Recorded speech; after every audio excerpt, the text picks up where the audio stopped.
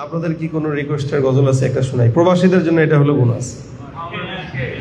হ্যাঁ, মাওলার ইশকে জলে আগুন নিভাইলে যে নিভে না, পুড়ে পুড়ে ছাই হইল এই যে পাগলের সিনা, পুড়ে পুড়ে ছাই হইল এই যে পাগলের সিনা।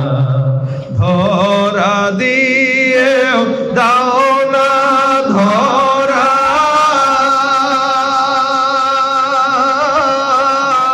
কাছে থেকেও দাও না সারা, এই বুকেতে বইছে খরা, না পাওয়ারি যাত না, পুরে পুরে ছাই হইল এই যে পাগলের।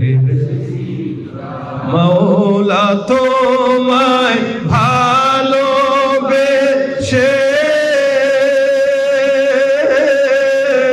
কলিজা পুড়ে গন্ধ আসে, আমি তোমার নূরে যাব মিশে, দূরে ঠেলে দিও না, পুরে পুরে ছাই হইল এই যে পাগলের সিনা। মাওলার ইশকে জলে আগুন নিভাইলে যে নিভে না, পুড়ে পুড়ে ছাই হইল এই যে পাগলের সিনা। আল্লাহ আমাদের দিলে রাসূলের মহব্বত, আল্লাহর মহব্বত ঢুকায় দিবেন। আজকের এই প্রোগ্রামে যারা আসছেন, যারা আয়োজন করেছেন কষ্ট করে, মুজাহিদ ভাই সহ এখানে যারা বসা, আল্লাহ পাক সকলের এই নেক আমলটা কবুল করুন। আপনারাও যারা কষ্ট করে, আজকে মনে হয় আপনাদের অনেকের রেস্টের দিন থাকে, এই রেস্ট বাদ দিয়ে এখানে আসছেন, আল্লাহ আপনাদের হায়াতে, ইমানে, আমলে, রিজিকে, পরিবারের সবকিছুতে বরকত দান। আমি মুসাফির, আপনারা মুকিম।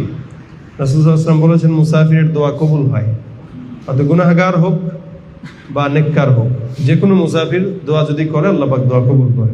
এটা হলো রাসূলের ওয়াদা। তো সেই জায়গা থেকে আমি আপনাদের জন্য দোয়া করতেছি, আল্লাহ পাক যেন ভরপুর বরকত আপনাদেরকে দান করেন। আমিন।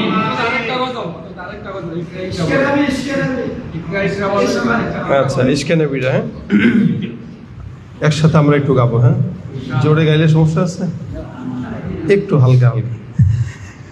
ইশকে নবী জিন্দাবাদ, ইশকে নবী জিন্দাবাদ, ইশকে নবী জিন্দাবাদ, ইশকে নবী জিন্দাবাদ, ইশকে নবী জিন্দাবাদ, ইশকে নবী জিন্দাবাদ, ইশকে নবী জিন্দাবাদ, ইশকে নবী।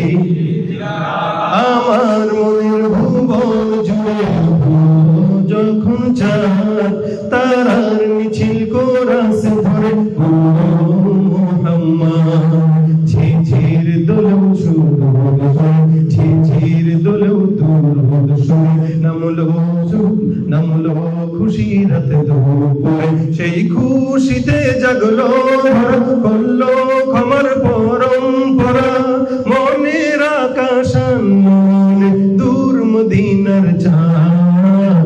ইশকে নবী, ইশকে নবী জিন্দাবাদ, ইশকে নবী, ইশকে নবী, ইশকে নবী জিন্দাবাদ, ইশকে নবী, ইশকে নবী, ইশকে নবী জিন্দাবাদ, ইশকে নবী, ইশকে নবী, ইশকে নবী জিন্দাবাদ, ইশকে নবী জিন্দাবাদ, ইশকে নবী জিন্দাবাদ,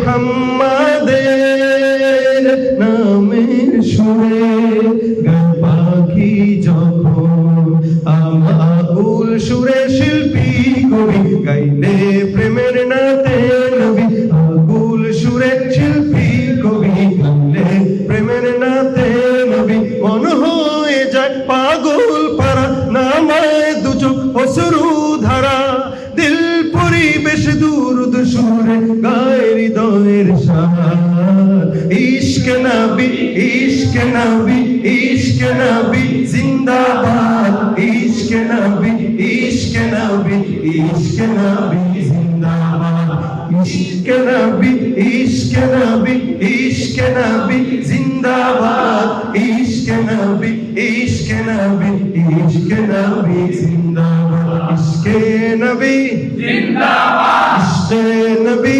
জিন্দাবাদ ইশকে নবী জিন্দাবাদ ইশকে নবী জিন্দাবাদ সাল্লাল্লাহু আলাইহি ওয়াসাল্লাম মাশাআল্লাহ আলহামদুলিল্লাহি নাহমাদুহু ওয়া নাস্তাঈনুহু ওয়া নাস্তাগফিরুহু ওয়া নু'মিনু বিহি ওয়া নাতাওয়াক্কালু আলাইহি ওয়া না'উযু বিল্লাহি মিন শুরুরি আনফুসিনা ওয়া মিন সাইয়্যাতি আ'মালিনা মান ইয়াহদিহিল্লাহু ফালা মুদিল্লা লাহু ومن يضلله فلا هادي له ونشهد أن لا إله إلا الله وحده لا شريك له أما بعد فأعوذ بالله من الشيطان الرجيم بسم الله الرحمن الرحيم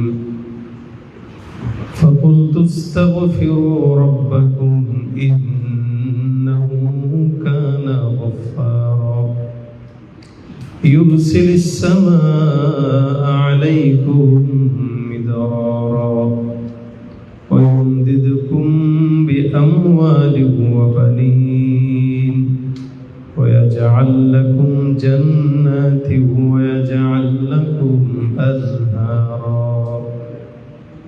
صدق الله مولانا العظيم وقال تعالى إن الله وملائكته يصلون على النبي يا أيها الذين آمنوا صلوا عليه وسلموا تسليما اللهم صل على محمد وعلى آل محمد كما صليت على إبراهيم وعلى آل إبراهيم إنك حميد مجيد اللهم بارك على محمد وعلى آل محمد كما باركت على إبراهيم وعلى آل إبراهيم إنك حميد مجيد الحمد لله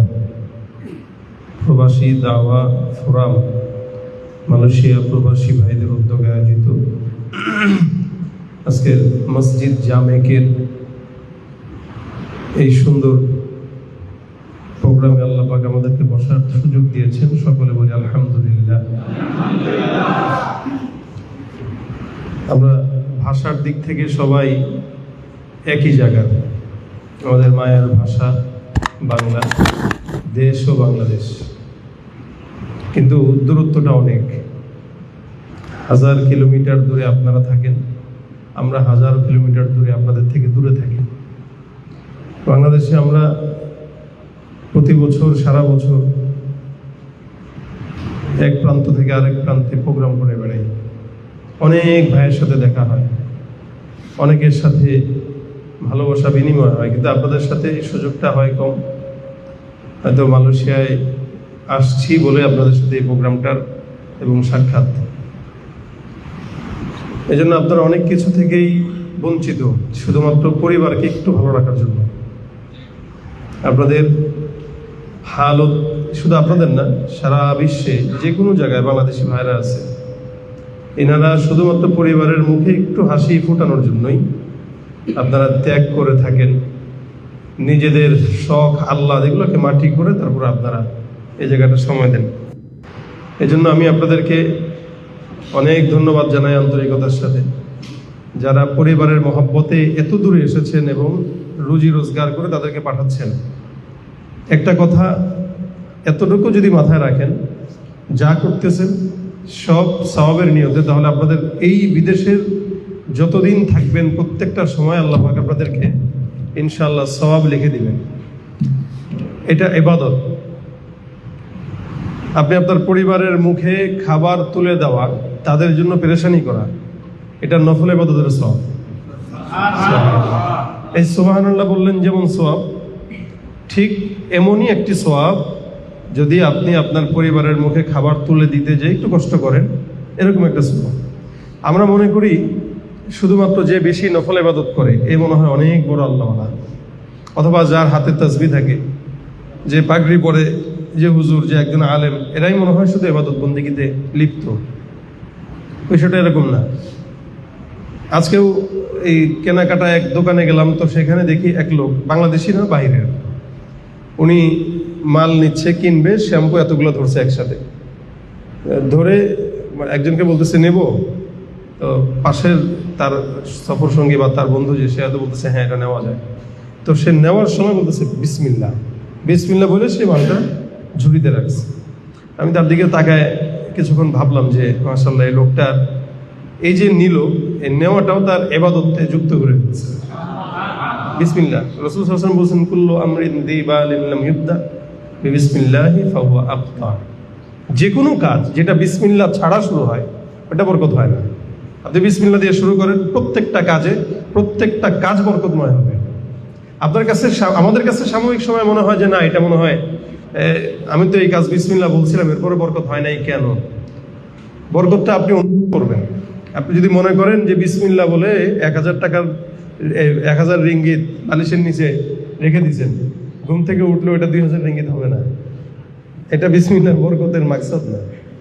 মাকসাদ হইল আপনিও 1000 রিঙ্গিত কামান, আরেকজন 1000 রিঙ্গিত কামায়, ওই লোক 1000 রিঙ্গিত কামায়, ওটা 2 দিনে খরচ করে ফেলে। আর আপনার 1000 রিঙ্গিতে আপনি চলেন, আপনার পরিবার চলে, আপনি এই দেশে চলেন, আরো কিছু আপনি সেভ করতে পারেন। এটা হলো বরকত। আমাদের বাংলাদেশেও ঠিক এরকম কিছু মানুষ রাজনীতি করে, বাংলাদেশের কথা বলতেছি, এখানে না, বাংলাদেশে যারা রাজনীতি করে, ওরা বাংলাদেশের মানুষ অধিকাংশই যারা ইসলামের বাইরে রাজনীতি করে, এরা অধিকাংশই নিজেদের পেট পূজারির ধান্দায় রাজনীতি করে। এটা তো আপনারা বিশ্বাস করেন, মানেন। তো এই যে একটা ধান্দা, এই লোকগুলো সারা জীবন মানুষের টাকা চুষে, মানুষকে খেয়ে, চাঁদাবাজি করে, দুর্নীতি করে করে দেখবেন ওর দিন শেষে কিছু নাই, ও ফকির। বাংলাদেশে কোনো একটা অকারেন্স হবে, দেখবেন এখানে এসে পড়ায়, হয় না? এটা কিছু নাই, ওর খাওয়ার মতো অবস্থা থাকে না।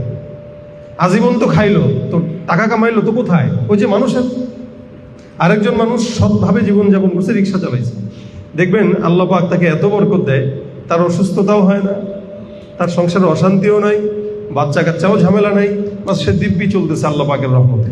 এটা আল্লাহ, এটা হলো রহমত, এটা হলো বরকত।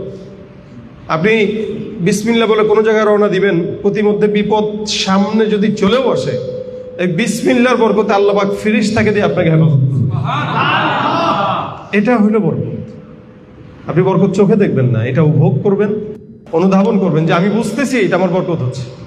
আল্লাহ পাক আপনাদেরকেও প্রত্যেকটা কাজে, এখানে আছেন, বিদেশের জীবন, আপনাদের প্রবাসের জীবন, নাই বিবি আছে, না এখানে সন্তান আছে, না পরিবার আত্মীয় স্বজন আছে, দুঃখের কথা কারো বলতেও পারতেছেন না, সারাদিন কর্মব্যস্ততার ভিতরে থেকে এরপরেও এই ছোট্ট একটা প্রোগ্রামের আয়োজন শুনে আপনারা চলে আসছেন। মূলত এই প্রোগ্রামে তেমন কোনো তোড়জোড় প্রচারণা হয়নি, আমি নিজেও কোথাও বলি নাই, কাউকে শেয়ারও করি নাই, বাস ছোটোখাটো করে করতেছে হোক, কিছু কথা আমরা শুনি, মুজাকারা। রাসূল সাল্লাল্লাহু আলাইহি হাদিসে আসছে, কেউ যদি দিনই কিছু মুজাকারা করে, এটার ফায়দা কতটুকু? এই যে আমরা এখানে বসছি, হয়তো আলোচনা বেশিক্ষণ আমি করব না, অল্প সময় করব, এটার কতটুকু সওয়াব দেখেন। একটা মানুষ রাত্রে জেগে ইবাদত করতেছে, নফল পড়লো, তাহাজ্জুদ পড়লো, কোরআন তেলাওয়াত করলো, কিন্তু ওই রাত্রে জেগে সারা রাত জেগে নফল ইবাদত করার চাইতেও হাদিসে আসছে এই ছোট্ট 10 মিনিট 15 মিনিট সময়ের ইমানি মুজাকারার সম্মান, মর্যাদা, সওয়াব আল্লাহ পাকের কাছে বেশি। এইটা হলো ফায়দা, কারণ এখানে 10টা মানুষ মুযাকারা একসাথে করলে একজনের থেকে আরেকজন শিখতে পারে। আজকে আমরা ইনশাআল্লাহ ছোট্ট একটা বিষয়ের কথা বলবো, এটা হলো ইস্তেগফার। এটা কেন আমি আপনাদের সামনে বলতেছি, কারণ আছে। আপনারা এখানে ব্যবসা করেন, অনেকে কর্মচারী, অনেকে চাকরি করেন, অনেকেই এখনো কাজ কাম পাইছেন তো ঠিক মতো এখনো পর্দায় মিলতেছে না, ভালো হচ্ছে না। এই ছোট্ট একটা আমল, একদম ছোট, কিন্তু আমলটার ওজন অনেক অনেক বেশি, যেটা কল্পনার বাইরে, এত ওজন। আল্লাহ পাক রব্বুল আলামিন এই আমলটার ভিতরে বান্দাকে এমন কিছু নাই যেটা আল্লাহ দেন নাই, সুবহানাল্লাহ, এমন কিছু নাই যেটা আল্লাহ পাক দেন নাই এই ছোট্ট একটা আমলের ভিতরে। সেটা হলো আল্লাহ পাক রব্বুল আলামিন কোরআনে জায়গায় জায়গায় বলেছেন, ইস্তাগফিরু রাব্বাকুম ফাকুল তাস্তাগফিরু রাব্বাকুম। আল্লাহ পাক রব্বুল আলামিন জায়গায় জায়গায় বান্দাকে শুধুমাত্র এই কথাটার ভিতরেই উদ্বুদ্ধ করছেন যে তোমরা ইস্তেগফার করো। ইস্তেগফার মানে গুনাহ, ইস্তেগফার মানে গুনাহ থেকে কি চাওয়া? আল্লাহর কাছে ক্ষমা চাওয়া, মাফ চাওয়া। এখন আপনি মনে করতে পারেন আমি তো গুনাহ করি নাই, এরপরেও কেন মাফ চাবো? তারা ধরেন আজকে সকাল থেকে এই রাত পর্যন্ত কোনো গুনাহ কেউ করেননি, এরপরেও ইস্তেগফার পড়া কেন? এখন আমরা তো জানি না কোনটা আমার দ্বারা আমার অগোচরে হয়ে গেছে, এটা তো জানি না। অনেক সময় আমরা নামাজের পরেও আস্তাগফিরুল্লাহ কেন পড়ি?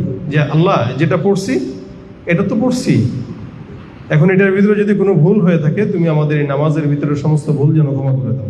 এই কারণে ইস্তেগফার। এই জন্য রাসূল সাল্লাল্লাহু আলাইহি ওয়াসাল্লাম হাদিসে বলেছেন, আমি নিজে প্রত্যেক দিন 70 থেকে 100 বার ইস্তেগফার করি। কে? রাসূল সাল্লাল্লাহু আলাইহি ওয়াসাল্লাম। আচ্ছা বলেন, এই দুনিয়াতে নবীর কোনো গুনাহ আছে? কেউ বলতে পারবে? অনেক ভাইরা আছে যারা নবীদেরও ভুল ধরতে চায়, সাহাবীদেরও ভুল ধরতে চায়।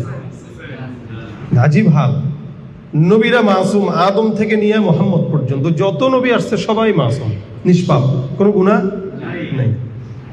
সাহাবা একরাম আল্লাহ পাক তাদের দ্বারা কোনো কর্ম সংগঠন করাইলেও আল্লাহ তাদেরকে মাফ করে দিয়েছেন। মাফ করে দিছেন না, ঘোষণা দিয়ে দিছেন, রাদিয়াল্লাহু আনহুম ওয়া রাদু আন যালিকা লিমান খাশিয়া রাব্বাহ। এই যে আল্লাহ পাক ঘোষণা দিছেন, এদের উপরেও আমি সন্তুষ্ট, এরাও আমার উপরে সন্তুষ্ট, সুবহানাল্লাহ। তাহলে আল্লাহ পাক সাহাবীদেরকেও মাফ করে দিয়েছেন। সাহাবীদের পরে আছেন আরেক দল, তাবেঈ। রাসূল সাল্লাল্লাহু আলাইহি ওয়াসাল্লাম বলেছেন আল্লাহ পাক এদেরকেও মাফ করে দিবেন। এরা হলো 3 যুগের লোক। আখায়রু উম্মতি করনি সুম্মাল্লাযীনা ইয়ালুনাহুম সুম্মাল্লাযীনা ইয়ালুনাহুম।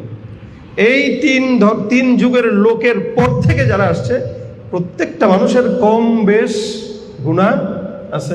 তবে হ্যাঁ, যারা অতীতে চলে গেছে এদের গুনাহ কম, যারা সামনে আসছে এদের গুনাহ বেশি। যেমন এই বর্তমান সময় AI বের হয়েছে। আচ্ছা বলেন, এই ফিতনায় আমাদের সন্তানরা যদি পড়ে উপায় আছে বাঁচার?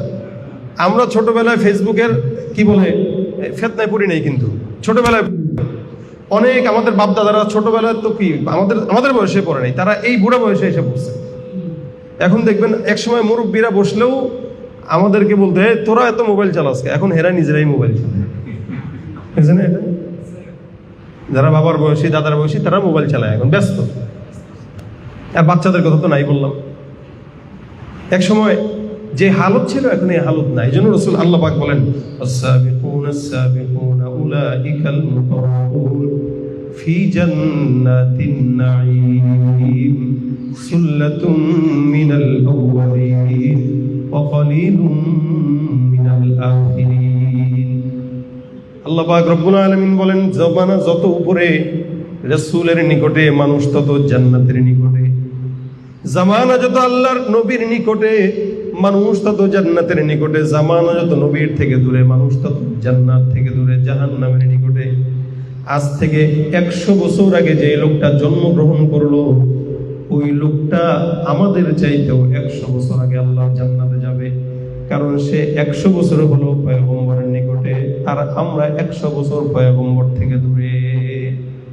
যার কারণে 50 বছর আগে, 30 বছর আগে, 20 বছর আগে, 90 সালের কথা, 2000 সালের কথাও যদি আপনারা মনে রাখেন, যারা আমাদের ছোটবেলায় আমরা দেখতাম বাংলাদেশের রাস্তায় রাস্তায় এত মহিলাদের আনাগোনা ছিল না, যদিও কোনো মা বোনদেরকে আমরা দেখতাম পরপুরুষ দেখার সাথে সাথে ঘোমটাটা মুখের ভিতরে টেনে দিত। এখনের অবস্থা দেখেন। মালয়েশিয়া ঘুরতে এসে এটার প্র্যাকটিস বাংলাদেশে যায় করে, বোঝেন এই কথা। ঘুরতে আসছে মালয়েশিয়ায়, পর্দাশীল অবস্থায় আসছে, প্র্যাকটিস করতে হবে না। মালয়েশিয়া দেখে আসছে সব হিজাব পরে, কোনো পর নেকাব নেই। এখানে তো নেকাব কম, নাই বললেই চলে, হেজাব আছে, নেকাব নেই। এখানে দেখে আসছে, মালয়েশিয়া তো দেখছি, কেন সৌদি যে দেখছো নেকাব আছে ওইটা পড়ো না কেন? ওইটা পড়ে না। একসময় গ্রামগঞ্জে যদি কোনো মা বোন যেত, সে কোনো পরপুরুষ দেখলে সাথে সাথে ঘোমটা দিত, অথবা কোনো বিল্ডিং এর আড়ালে লুকায় যেত, যে আরে পুরুষ আমার ছায়াও যেন না দেখে। রিক্সায় উঠলে এবার সামনে এরকম একটা কি থাকতো, পর্দা থাকতো। বোরকা পড়তো যদিও ছিঁড়া, আর এখানে তালি দেওয়া, ওখানে তালি দেওয়া, কিন্তু ভিতরে কিন্তু 18 বছরের যুবতী। কিন্তু বাহিরে দেখলে বুঝার উপায় নাই। আর বর্তমানে আমাদের বাংলাদেশে নারী স্বাধীনতার স্লোগান দিয়ে রাস্তায় নারীরা নেমে যায়। নারী স্বাধীনতার নামে এলো কলঙ্কের জোয়ার, দেখি নারীর অধিকার কখন জানি শেষ হবে এই অশ্লীলতা। ওয়ার্ড কমিশনার থেকে ইউনিয়ন পরিষদে ক্রমান্বয়ে দেখো রে ভাই একেবারে সংসদে সুখের নীড়ে এত কষ্টের কি দরকার, একই নারীর অধিকার কখন জানি শেষ হবে এই অশ্লীলতা। উলঙ্গ বেহায়াপনায় নিজেদের বুঝে ধন্য, শয়তানের মন ভরাতে হয়েছে ভোগের পুণ্য। বেহায়াপনায় নিজেদের বুঝে ধন্য, শয়তানের মন ভরাতে হয়েছে ভোগের পুণ্য।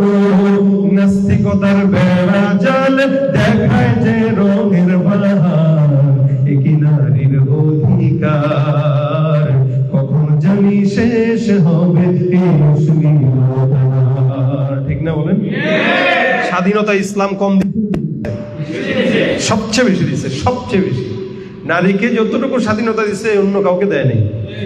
আমাদেরকে আপনারা এখানেই দেখেন না, একটা পুরুষ সারা বিশ্বের ইসলামের মূল আইনই এটা, ছেলে বালেগ হবে তো বাপ মা বলবে যাও নিজের কামাই নিজে করে খাও। কিন্তু একটা মেয়ে বিয়ের আগ পর্যন্ত মা বাবার আন্ডারে, বিয়ে হয়েছে স্বামীর আন্ডারে, স্বামী নাই তো সন্তানের আন্ডারে, সারা জীবন ঠ্যাংয়ের উপরে ঠ্যাং তুলে খাবা। তোমার খালি বাবা খাওয়াবে একবার, ভাই খাওয়াবে একবার, স্বামী খাওয়াবে একবার, ছেলে খাওয়াবে একবার, তোমার আরাম আর আরাম। এই আরামটা যে বুঝে না, তার কপালে সে নিজে বেরাম ডেকে নিয়ে আসে। আর ধর্ষিতা হওয়ার পরে কয় আমাদের দেশের মানুষ খারাপ। ধর্ষিতা হওয়ার পরে এই কথা বলে। এক সময় নারীদেরকে দেখতাম পর্দার আড়ালে লুকাইতো, আর এখন ঘোমটা ওড়না যদি বুকে থাকে ওইটাকে একবার সরায় দেয়, দেখো সরায় দিয়ে তারপর দেখায় দেয়। এই জন্য আল্লাহ পাক বলেন যারা উঁচু দিকে চলে গেছে, মানে অর্থাৎ অতীতে চলে গেছে, ওরাই জান্নাতের নিকটী। উলাইকাল মুকাররাবুন, তারা নিকটবর্তী কার? বলে আল্লাহ, আল্লাহ রাসূলের। আর যারা সামনে আসবে এদের থেকে একদম কম সংখ্যক লোক যাবে জান্নাতে। কেন? এরা ফিতনা এত পাওয়া পাবে, যেমন বর্তমান সময় আমরা এত ফিতনার ভিতরে ঢুকে গেছি, এত ফিতনার ভিতরে ঢুকে গেছি যে ফিতনা থেকে বের হওয়ার রাস্তা পাচ্ছি না। কোন দিক দিয়ে বেরোবো? যেদিক দিয়ে বেরোবো ওদিক দিয়েই ফিতনা। ইসলামের লেবাসে এখন ফিতনা আমাদেরকে চতুর্দিকে ঘেরাও করছে, ইসলামের লেবাস। আল্লাহ পাক আমাদেরকে হেফাজত করুক, বলেন আমিন। এই জন্য আল্লাহ পাক জানে বান্দার শেষ জামানার হালত মারাত্মক লেভেলের খারাপ হবে। এই জন্য আল্লাহ বারবার বলেছেন তোমরা ইস্তিগফার করো, ইস্তাগফিরু রাব্বাকুম সুম্মা তুবু ইলাইহি, আল্লাহর কাছে ইস্তিগফার করো, তাওবা করো। কেন? এতেই মুক্তি, এতেই শান্তি। আল্লাহ পাক যত বরকত দিবেন সব এটাতেই দিবেন। দেখেন ইমাম আহমদ ইবনে হাম্বল রহমতুল্লাহ আলাইহি, অনেক বড় ইমাম, 4 ইমামের একজন। এমনকি ইনি ইমাম বুখারীর উস্তাদ। ইমাম বুখারী রহমতুল্লাহ আলাইহি থেকে আমরা হাদিস এখন পড়ি, উনার কিতাব পড়ি মাদ্রাসায়। ইমাম বুখারীর উস্তাদ ছিলেন ইমাম আহমদ ইবনে হাম্বল, যার প্রায় 10 লক্ষ হাদিস মুখস্থ ছিল, সুবহানাল্লাহ। এবং উনার নামে কিতাবও আছে, হাদিসের কিতাব। তো দেখেন মুসনাদে আহমদ, এই মুসনাদে আহমদ লিখছেন উনি। ইমাম আহমদ ইবনে হাম্বল রহমতুল্লাহ আলাইহি ওনার জামানায় একবার সফর করছিলেন। এই সফররত অবস্থায় যেতে যেতে যেতে যেতে একটা জায়গায় থাকবেন, রাত হয়ে গেছে, কি করবেন? এই ঘটনাটা থেকে আমরা অনেক শিক্ষা নিতে পারি। ইমাম আহমদ রহমতুল্লাহ আলাইহি কি করবেন? এক জায়গায় থাকবেন, তো একটা যুবক দেখে রুটির দোকানে রুটি বানাইতেছেন রাত্রিবেলা। ইমাম আহমদ ইবনে হাম্বল রহমতুল্লাহ আলাইহি তার ওখানে দাঁড়ায় বলতেছেন, যুবক, আমার একটু থাকার ব্যবস্থা করা যায়? আমি মুসাফির। অবশ্যই, আপনি থাকেন আমার এখানে, আপনাকে এই পিছনের সাইডে আমি একটু বিছানা করে দিচ্ছি, আপনি এখানে বিশ্রাম নেন। ইমাম আহমদ ইবনে হাম্বল রহমতুল্লাহ একটা জায়গায় বিশ্রাম নিচ্ছে। কিছুক্ষণ পর পর একটা শব্দ ওনার কানে আসতেছে, ছোট্ট শব্দ, আস্তাগফিরুল্লাহ। বলেন একবার। এই ছোট্ট শব্দটা বারবার মুখ দিয়ে বলতেছে। কেউ রুটি কিনতে আনতেছে, টাকা নিচ্ছে তো আস্তাগফিরুল্লাহ, কাউকে রুটি দিচ্ছে তো আস্তাগফিরুল্লাহ, কারো সঙ্গে কথা বলার আগে আস্তাগফিরুল্লাহ, কথা বলার পরে আস্তাগফিরুল্লাহ, দোকানে যতক্ষণ বসা আস্তাগফিরুল্লাহ আস্তাগফিরুল্লাহ আস্তাগফিরুল্লাহ। ইমাম আহমদ ইবনে হাম্বল রহমতুল্লাহ আলাইহি সারা রাত খেয়াল, ফজরের এক মুহূর্তে ইমাম আহমদ ইবনে হাম্বল যুবকটাকে ডাক দিয়া বলে, যুবক ভাই, এই সারাটা রাত আমি তোমার কাছে ছিলাম, তোমার মতো একজন যুবক, যেই যুবকটা এই সময়টাতে গানের আড্ডাখানায় থাকা দরকার, মদের নেশায় মত্ত হওয়া দরকার, কিন্তু যেই যুবকটা রুটি বানায় আর প্রত্যেকটা সেকেন্ডে সেকেন্ডে আস্তাগফিরুল্লাহ আস্তাগফিরুল্লাহ পাঠ করে, তুমি ইস্তিগফারটা কেন এত বেশি বড় আমাকে একটু বলো তো। ইমাম আহমদের মতো একজন লোক দেখেন শিখার কত বড়, উনার যে শিখার বড় আগ্রহ, এত বিশাল বড় ইমাম হওয়ার পর উনার মতো একজন লোক যুবককে ডাক দেয়া বলতেছে, এটার মধ্যে এমন কি পেয়েছো যা আমারও শিখাও। যুবক ডাক দেয়া বলতেছে, হুজুর, আমি আমার জীবনে এমন কোন জিনিস চেয়েছি পাই নাই, এরকম নাই, শুধুমাত্র এক নাম্বার এই আমলের বদৌলতে আল্লাহর কাছে যা চাইলাম সবই আল্লাহ দিয়ে দিয়েছে। শুধুমাত্র ইস্তিগফারের আমল, আমি আমার জীবনে যা চাইছি আল্লাহ সব দিয়েছেন, তবে হুজুর একটা জিনিস আল্লাহ দেন নাই, ওইটা পাওয়ার জন্য আমি এখনো পর্যন্ত ইস্তিগফার করেছি। একটা জিনিসের অভাব, একটা জিনিস পায় নাই। ইমাম আহমদ ইবনে হাম্বল রহমতুল্লাহ আলাইহি বলেন, সব কিছু আল্লাহ পাক রব্বুল আলামিন তোমাকে দিল শুধুমাত্র ইস্তিগফারের আমলে, কিন্তু যেটা পাও নাই ওই আমলটাকে ওইটা একটু বলা যায়। ইমাম আহমদ ইবনে হাম্বল রহমতুল্লাহ আলাইহি যখন প্রশ্ন করলেন যুবককে, যুবক ডাক দেয়া বলেন, আমাদের এই অত্র এলাকায়, আমাদের দেশে অমুক এলাকায় অমুক জায়গায় একজন বিশাল বড় ইসলামের খাদেম আছে, ওনার মতো জ্ঞানী, ওনার মতো একজন মানুষ এই এলাকার ভিতরে দ্বিতীয়টা নাই। আমার বিশাল বড় ইচ্ছা, বহুদিনের বড় ইচ্ছা, ওই আল্লাহওয়ালা বুজুর্গর একটা বার সান্নিধ্য যেন আমি পাই, একবার নজর যদি দেখতে পারতাম, আর যদি তার সান্নিধ্যে থাকতে পারতাম, আমার সারা জিন্দগির সমস্ত প্রকার যত আশা ছিল সব আশা পূর্ণ হয়ে যেত। ওই আশা পূর্ণ হওয়া না পর্যন্ত আমি আমার জবান দিয়ে একটা আমল বারবার করবো, আস্তাগফিরুল্লাহ। ইমাম আহমদ ইবনে হাম্বল বলেন, সেই ইচ্ছাটাকে, লোকটাকে যুবক ডাক দেয়া বলতেছে, ওই লোকটা হলো ইমাম আহমদ ইবনে হাম্বল। ইমাম আহমদ ইবনে হাম্বল ওনার সামনে দাঁড়ায় ডাক দেয়া বলতেছে, যুবক, তুমি কাকে দেখতে চাও? বলে, আহমদ ইবনে হাম্বলের মতো একজন লোক যার দর্শন আমি একবার চাই। আহমদ ইবনে হাম্বল কোনো কথা নাই, যুবকটাকে সুন্দর করে জড়ায় ধরে চোখের পানি ছেড়ে কেঁদে দিল, আর ডাক দেয়া বলতেছে, যুবক রে, আমি ইমাম আহমদ ইবনে হাম্বল তোর পায়ের কাছে চলে আসছি, তুই এত বড় আল্লাহওয়ালা, আল্লাহ পাক তোর ইস্তিগফারের কবুলের বরকতে আমার মতো ইমামকে কান ধরে তোর দরজায় আসছে। তুমি কত বড় বুজুর্গ হলে ইস্তিগফারের আমল আল্লাহ পাক এত ভাবে কবুল করলেন, যার কারণে তুমি চায়ের দোকানে, রুটির দোকানে রুটি বানাবার পর আস্তাগফিরুল্লাহ, আর তোমার ইস্তিগফারের বদৌলতে আল্লাহ পাক রব্বুল আলামিন আমার মতো একজন নাখান্দাকে রাস্তার পথিক বানায় বানায় তোমার কাছে হেঁটে হেঁটে আমার দরবারে, তোমার দরবারে আমাকে নিয়ে আসলো। তার মানে তুমি কত বড় বুজুর্গ, যার কারণে তোমার ইস্তিগফার আল্লাহ পাকের কুদরতি কদমে প্রত্যেকটা সেকেন্ডে সেকেন্ডে কবুল হয়ে গেছে। কত বড় একটা আমল। ইমাম আহমদ ইবনে হাম্বল রহমতুল্লাহ আলাইহি যুবকের মাথার মধ্যে চুমা দিলেন। হাসান বসরি রহমতুল্লাহ আলাইহি উনি একবার উনার খানকার মধ্যে বসা, ওনার কাছে একজন খাদেম আসলো। খাদেম এসে ডাক দিয়ে বলে, হুজুর, আমার এলাকার মধ্যে, যে এলাকার ভিতরে থাকে ওই এলাকার ভিতরে বৃষ্টি হয় না, এমন একটা ছোট্ট আমল শেখায় দেন যে আমলের কারণে এলাকার মধ্যে যেন বৃষ্টি আসে। হাসান আল বসরি রহমতুল্লাহ আলাইহি বলেন, যাও বেশি বেশি পড়বা আস্তাগফিরুল্লাহ।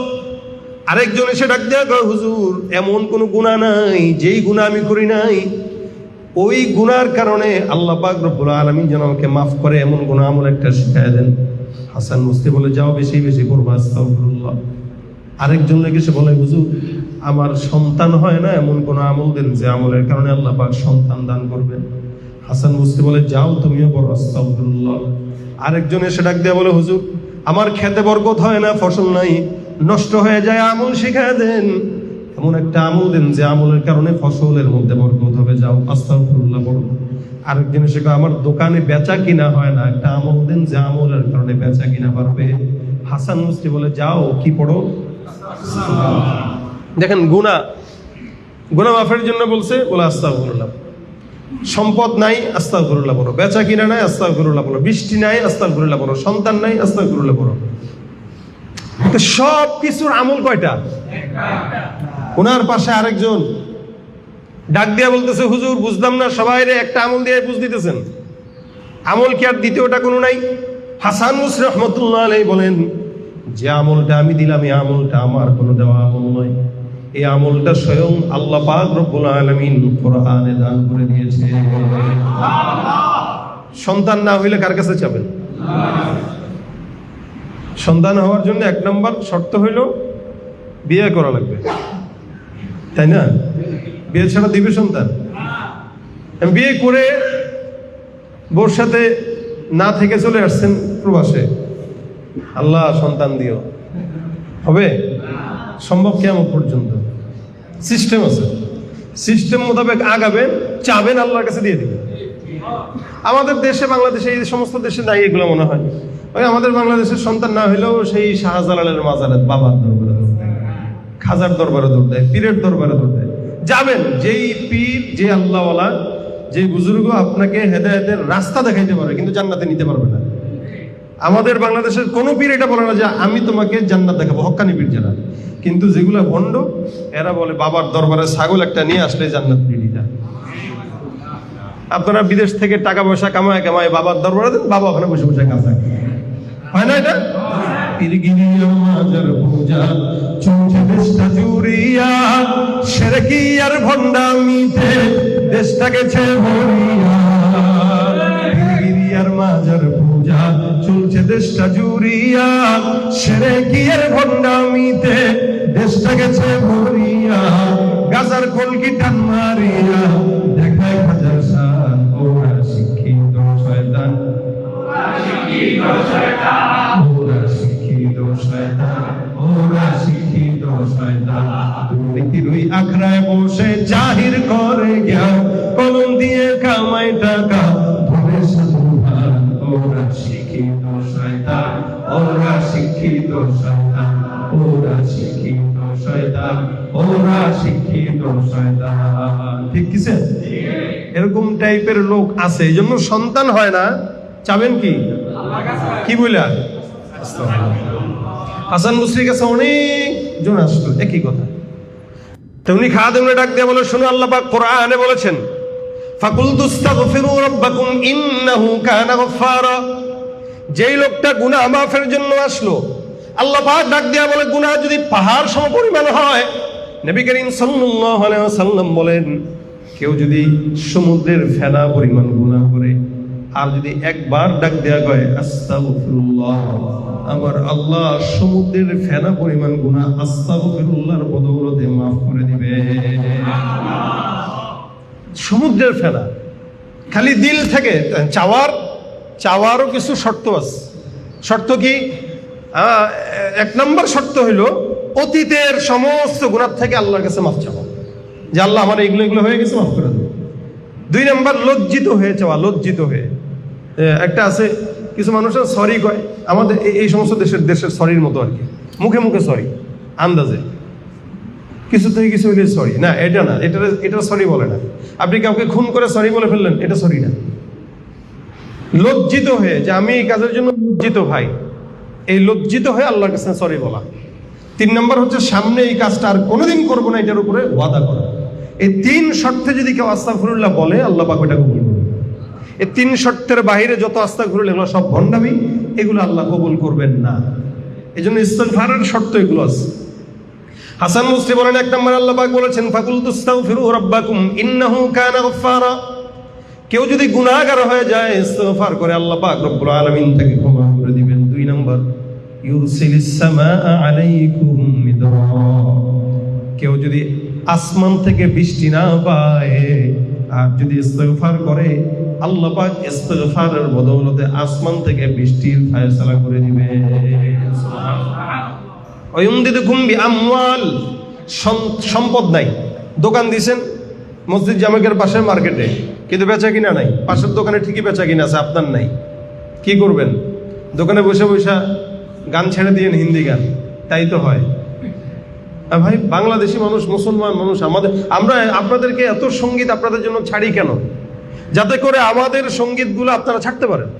আপনার বাচ্চা যেন গান না শুনে আমাদের গজল শুনে, কি বলেন? এই জন্যই তো আমরা লাখ লাখ টাকা খরচ করে এটার পিছনে 20 বছর ধরে এটার পিছনে খরচ করেই যাচ্ছি। আমাদের তো বেনিফিটেড নেই। আপনারা অনেকে মনে করতে পারেন ইউটিউব থেকে ইনকাম। না, ইউটিউব থেকে যে ইনকাম আসে ওই ইনকাম দিয়ে গজল তৈরিও করা যায় না। এখন বলবেন না অনেক তো হয় না, আমাদের হয় না। কেন হয় না? ইসলামী কন্টেন্টে ওরা খুব বেশি কম টাকা দিয়ে থাকে, এরপরে এই টাকা দিয়ে কিছুই করা যায় না। ওইটা দিয়ে আমাদের সঙ্গীত মেঘ তৈরি করতে করতেই শেষ। কারণ এক একটা গজলের পিছনে খরচ 50 থেকে 1 লাখ, 1.5 লাখ, 2.5 লাখ পর্যন্ত আছে।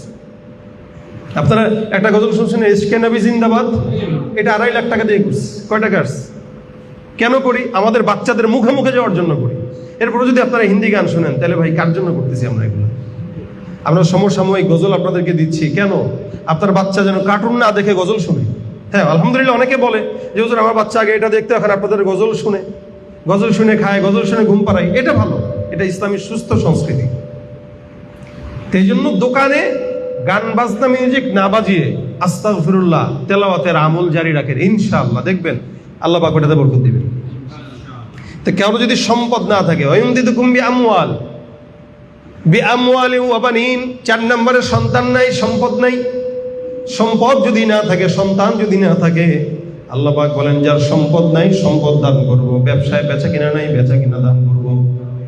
আর সন্তান হয় না বিবি, ওই বিবিকেও ইস্তিগফারের আমল ধরায় দাও, তুমি স্বামীও ইস্তিগফার করো, ইনশাআল্লাহ আল্লাহ পাক আসমান থেকে সন্তানের ফয়সালা করে দিবে। সন্তান যদি আল্লাহ পাক দেন, তাহলে ইব্রাহিম নবীকে যেভাবে দিয়েছেন ওভাবে আমাদেরকেও দিতে পারেন। বুড়া বয়সে দিয়েছেন, তো সেখানে আল্লাহ পাক আমাদেরকে কেন দিবেন না? চাওয়াটার অভাব, আমরা চাইতে জানি না। আর চাওয়ার জন্য আরেকটা মাধ্যম আছে, এটা হলো সেজদা। কি এটা? ভাই কথা মনে আসলো তাই বলতেছি। আপনাদের এই মালয়েশিয়াতে, আপনারা যারা প্রবাসে থাকেন, আল্লাহ, আমি এই সফরে এসে শুধু মসজিদ ভিজিট করছি এবং আমার কাছে মনে হয়েছে আমি আরো একবার আসলে শুধু মসজিদে দেখবো। কারণ এক একটা মসজিদে ঢুকলে মন চায় সারাদিন করে থাকি। সেদিন একজনকে বলতেছিলাম যে ভাই, যদি মালয়েশিয়ার মসজিদগুলোর পাশে, মসজিদগুলোর সাথে যদি কটেজ সিস্টেম থাকতো, থাকার হোটেলের জায়গা থাকতো, তাহলে ওইরকম হোটেলে না থেকে মসজিদের পাশের হোটেলগুলোতে থাকতাম, এক এক দিন এক এক মসজিদে থাকতাম। এত সুন্দর মসজিদ, আপনাদের ঢুকলেই মনে হয় সেজদায় পড়ে যায়, ঢুকলেই মনে হয় 2 রাকাত নামাজ পড়ি। বাংলাদেশে দেখছেন নি এরকম মসজিদ? আমাদের জাতীয় মসজিদ এরকম একটা জাতীয় মসজিদ বাংলাদেশে, বাইতুল মুকাররম। এটাকেও সৌন্দর্যমণ্ডিত আমরা করতে পারিনি। আমাদের দেশের মানুষের মন মানসিকতা এই টাইপের, আর সরকারগুলো ছিল যেগুলো এরকম। বাংলাদেশের বাইতুল মুকাররম মসজিদের ওয়াশরুমে যাবেন, আপনার মানে রুচি হবে না ওয়াশরুম ব্যবহার করতে। অথচ এখানের সামান্য সামান্য মসজিদগুলো কত উন্নত। তো সেজদায় পড়ে থাকবেন। ডাকার জন্য সবচেয়ে বড় মাধ্যম সেজদা, সবচেয়ে বড় মাধ্যম সেজদা। এক সাহাবী ছিলেন আবু মুআল্লাক। আপনারা কথার প্রেক্ষিতে কথা আসতেছে, কিন্তু মূলটা আমরা ভুলবো না ইনশাআল্লাহ। মূলটা কি? ওই যে বলতেছিলাম ইস্তিগফারের 4টা জায়গার 4টা কথা বলছি। 1 নম্বর, গুনাহ হইলে ইস্তিগফার করলে মাফ করবেন কে? আল্লাহ। 2 নম্বর, বৃষ্টি না আসলে ইস্তিগফার করলে বৃষ্টি দিবেন কে? আল্লাহ। 3, সম্পদ নাই, ইস্তিগফার করলে সম্পদ দিবেন কে? সন্তান নাই, ইস্তিগফার করলে সন্তান দিবেন কে? চাইতে তো হবে। চাবো কিভাবে? ইস্তিগফার আর সিজদা। এই সিজদার মাধ্যমে যতটুকু চাওয়া যায়, এর বাহিরে অতটুকু চাওয়া যায় না। এক সাহাবী ছিলেন আবু মুআল্লাক রাদিয়াল্লাহু তাআলা আনহু। উনি একবার সফরে গেছেন, মজার ঘটনা। উনি একবার সফরে গেছেন, তো সফরে গেছেন, ডাকাত টাকাত তো থাকেই, আমাদের দেশেও আছে, এখানেও হয়তো আছে, সব জায়গায় কম বেশ আছে। তো সফরে যাচ্ছেন, একটা প্রতিমধ্যে মরুভূমির ভিতরে উনি, এই মরুভূমির মাঝখানে হঠাৎ করে ডাকাত ধরছে। ডাকাত ধরে বলতেছে, তাড়াতাড়ি যা আছে দাও। ডাকাত সর্দারকে সে বলতেছে, ভাই যা আছে সব নিয়ে যাও, গায়ে আঘাত দিও না। কিছু ডাকাত আছে জিনিসও নেয়, আঘাতও দেয়। এই ডাকাত বলতেছে, ভাই আমার আঘাত দিও না, যা আছে নিয়ে যাও। কিন্তু ডাকাত বলতেছে, না, আজকে খাই, তুই মরবিও, জিনিসও দিবি, জিনিসও নেব, হত্যাও করবো। এই মরুভূমির ভিতরে একাকী সফর করতেছে, বিপদে পড়ে গেছে, কি করবে কি করবে, বেচারা বিপদে পড়ে আসছে, আমার 2 রাকাত নামাজ পড়তে দাও। আচ্ছা, ডাকাত বলতেছে, তোর মতো কত মানুষ দেখলাম 2 রাকাত নামাজ পড়ে, কোনো ফায়দা হয় নাই, আমার হাত থেকে বাঁচা বহুত কঠিন। ঠিক আছে, আমাকে সুযোগ দাও 2 রাকাত, যাও পড়ো। হযরত আবু মুআল্লাক রাদিয়াল্লাহু তাআলা আনহু ওযু করলেন, ওযু করে 2 রাকাত নামাজের সিজদায় চলে গেলেন। সিজদায় যায় দোয়া করতেছেন, সুন্দর করে আল্লাহর কাছে বলছেন, আল্লাহ, আমার যে অবস্থা, এই অবস্থার ভিতর তুমি ছাড়া তো আর কেউ নাই। আনতাকফিনি শাররা হাযাল লাস ইয়া মুগীসু আগিসনি। মূল ফুল দোয়াটা আমি আপনাদের, ইয়া ওয়াদুদ ইয়া ওয়াদুদ ইয়া ওয়াদুদ, প্রথমে 3টা ডাক, ইয়া দাল আরশিল মাজিদ ইয়া ফাআলাল লিমা তুরিদ আসআলুকা বিইজ্জিকাল্লাযী লা ইউদাম ওয়া মুলকিকাল্লাযী লা ইউরাম ওয়া বিনূরিকাল্লাযী মালাআ আরকান আরশিক আন তাকফিনি শাররা হাযাল লাস ইয়া মুগীসু আগিসনি। এই দোয়া বারবার সিজদায় পড়তেছে, বারবার। সিজদার ভিতরে ঢুকে গেলে হঠাৎ করে দূর থেকে আওয়াজ, কে যেন মরুভূমির ভিতরে ঘোড়ার উপরে সওয়ার হয়ে সামনে আগে আসতেছে। মরুভূমির ভিতরে আর কেউ নাই আশেপাশে। সিজদার ভিতরে যে বারবার বলে, ইয়া ওয়াদুদ ইয়া ওয়াদুদ ইয়া ওয়াদুদ ইয়া মুগীসু আগিসনি। হঠাৎ করে কানের ভিতরে একটা ঘোড়ার আওয়াজ সামনে আসলো, দাঁড়াইলো। উনি ঘোড়ার মধ্যে ঘোড়ার আওয়াজ পাওয়ার পর টেনশন করে গেলেন, না জানি আবার কে জানি কে আমাকে মারার জন্য আরো আসতেছে। আল্লাহর বান্দা হঠাৎ করে কেউ তাকে ডাক দিয়া বললো, ভাই মাথাটা উঠাও। আল্লাহর বান্দা নামাজ শেষ করলো, তাকায় দেখে ওই ডাকাত সর্দারের করদান থেকে মাথাটা আলাদা হয়ে জমিনের মধ্যে পড়ে আছে। উনি তাকায় দেখলেন একজন সুন্দর সুদর্শন যুবক সুন্নতি লেবাসে দাঁড়ানো আছে। জিজ্ঞাসা করলেন, ভাই তুমি কে? যুবক ডাক দিয়ে বলতেছে, আমি দুনিয়ার কোনো মানুষ নয়, আল্লাহ পাক রব্বুল আলামিন 4র্থ আসমান থেকে তোমাকে বাঁচানোর জন্য আমাকে প্রেরণ করেছেন। তুমি যখন সিজদার ভিতরে ঢুকে বারবার দোয়া করতেছো, ইয়া মুগীসু আগিসনি ইয়া মুগীসু আগিসনি ইয়া মুগীসু আগিসনি, এই আওয়াজটা আমি 4র্থ আসমানের ভিতরে পেয়ে পেয়ে শুনলাম। আমার আল্লাহ ডাক দিয়া কয়, ফেরেশতার দল কি কোথায় আছো? এমন কোন ফেরেশতা যদি থাকো জমিনের মধ্যে, আমার পয়গম্বরের একজন সাহাবী বিপদের মধ্যে পড়ছে, ওই সাহাবীকে বাঁচানোর জন্য চলে যাও। আল্লাহর বান্দার ওই ডাকের কারণে আল্লাহ পাকের আদেশে আমি ফেরেশতার 4র্থ আসমান থেকে দ্রুত নেমে এসে এই লোকটাকে হত্যা করে ফেললাম। চিন্তা করেন, সে সিজদায় জমিনে, 4র্থ আসমান কোথায়? এখানেই। আসমান তো দেখা যায় না, আকাশ, এটা তো প্রথম আসমান। রাসূল সাল্লাল্লাহু আলাইহি ওয়াসাল্লাম বলেছেন, এই জমিন থেকে প্রথম আসমান পর্যন্ত 500 বছরের রাস্তা। 500 বছর মানে দুনিয়ার হাইসিয়াতে 50,000 বছর, আখিরাতের 500 বছর। দুনিয়ার হাইসিয়াতে 50,000 বছর। আবার প্রথম আসমানের যে মোটা ছাদের যে ঢালাই আছে, এই প্রথম আসমানের যে ঢালাইয়ের মোটা, ওইটা আরো 50,000 বছরের রাস্তা। ওখান থেকে দ্বিতীয় আসমান আরো 50,000 বছরের রাস্তা। দ্বিতীয় আসমানের পৌরত্ব আরো 50,000 বছর রাস্তা। এরকম করে করে 7ম আসমান পর্যন্ত সব 50,000 বছর রাস্তা আর রাস্তা, রাস্তা আর রাস্তা। এর উপরে সীমান্তের বড়ই গাছ, একটা বকরির কথা উল্লেখ আছে সেখান, তারপরে আল্লাহ পাকের আরশ আছে, এরপরে আছে কুরসি। রাসূল সাল্লাল্লাহু আলাইহি ওয়াসাল্লাম বলেছেন, আল্লাহ পাকের কুরসিটাও যেই ফেরেশতা বহন করে, ওই ফেরেশতার কানের লতি থেকে কাঁধ পর্যন্ত 50,000 বছর রাস্তা। এই গোটা আসমান জমিন কত বড়, আপনি আমি কি? তাহলে এই সেই 4র্থ আসমান থেকে এই বান্দা চলে আসছে শুধু একটা ডাকে, ইয়া মুগীসু আগিসনি। এজন্য চাইতে গেলে সিজদা দেওয়ার বিকল্প নাই। ওয়াবুদু ওয়াশকুরু লা ওয়াসজুদু ওয়াবুদু। আল্লাহ পাক জায়গায় জায়গায় বলেছেন তোমরা সিজদা দিয়ে দিয়ে আল্লাহর কাছে চাও। এই জন্য ভাই সিজদা হলো 1 নাম্বার চাওয়া, আর 2 নাম্বার ইস্তিগফার। ইস্তেগফারটা যদি কেউ দোকানে পড়ে তো দোকানে আল্লাহ পাক বরকত দান করবেন, টাকা নাই তো টাকা দিবেন, সম্পদ নাই সম্পদ দিবেন, বিপদ তো বিপদ মুক্ত করে দিবেন। 4 নম্বরে গেল ওয়ায়ুমদিদুকুম বিআমওয়াল ওয়া বানিন। 5 নম্বর ওয়ায়াজআল লাকুম জান্নাত ওয়ায়াজআল লাকুম আনহারা।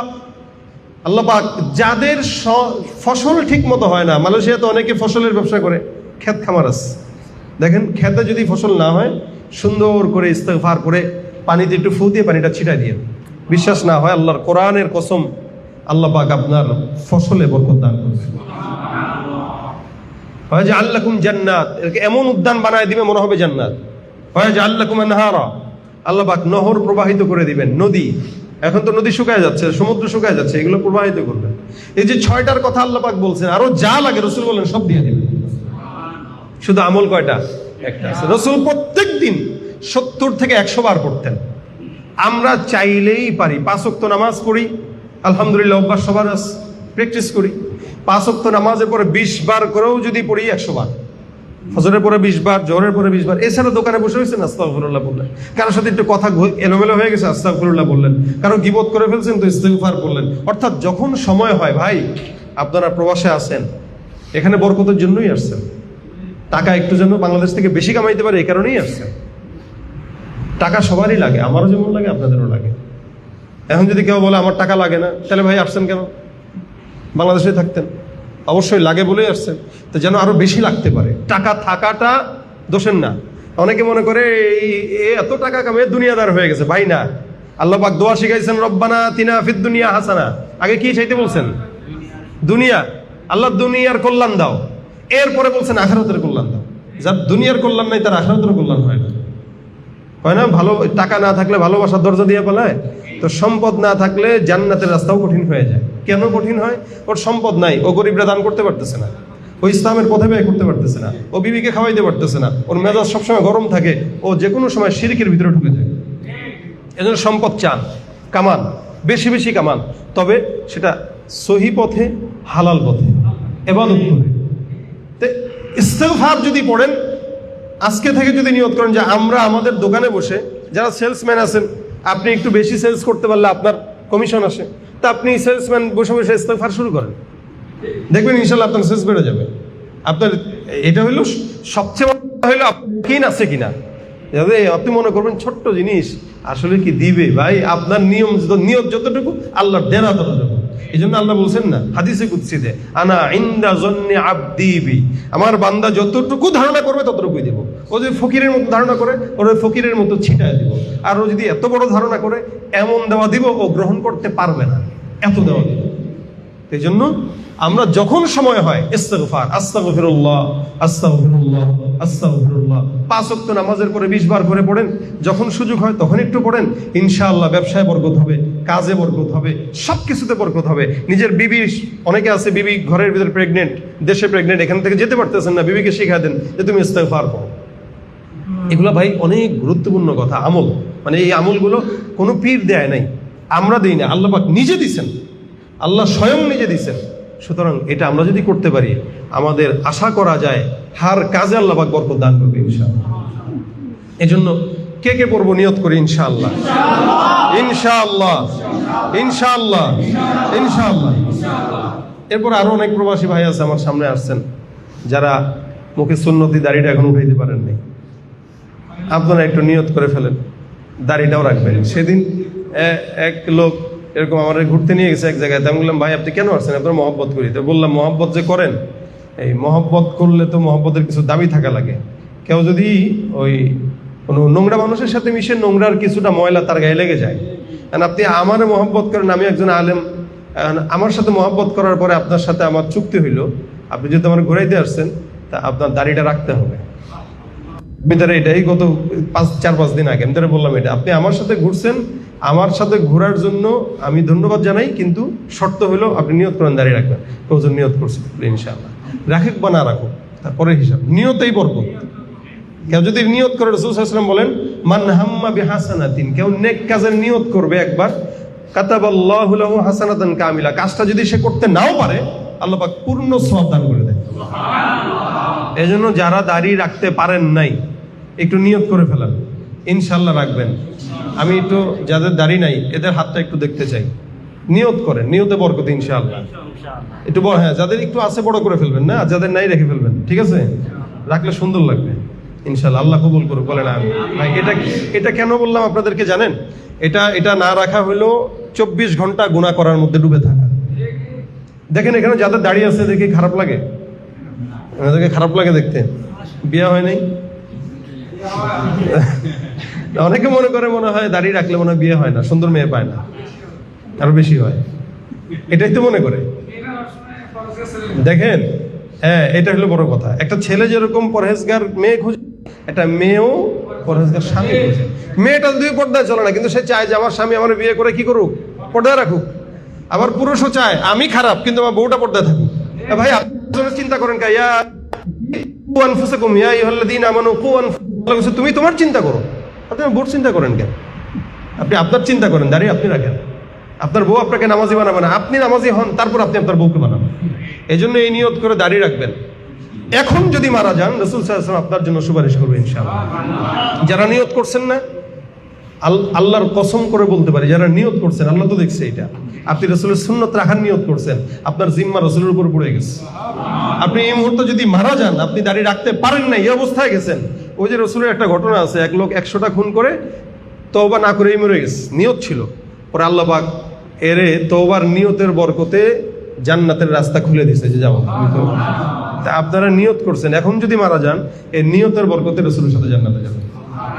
এটা হলো নিয়তের বরকত। এই জন্য যারা দাঁড়িয়ে রাখতে পারেন নাই, নিয়ত করেন ইনশাআল্লাহ আমরা দাঁড়িয়ে রাখবো।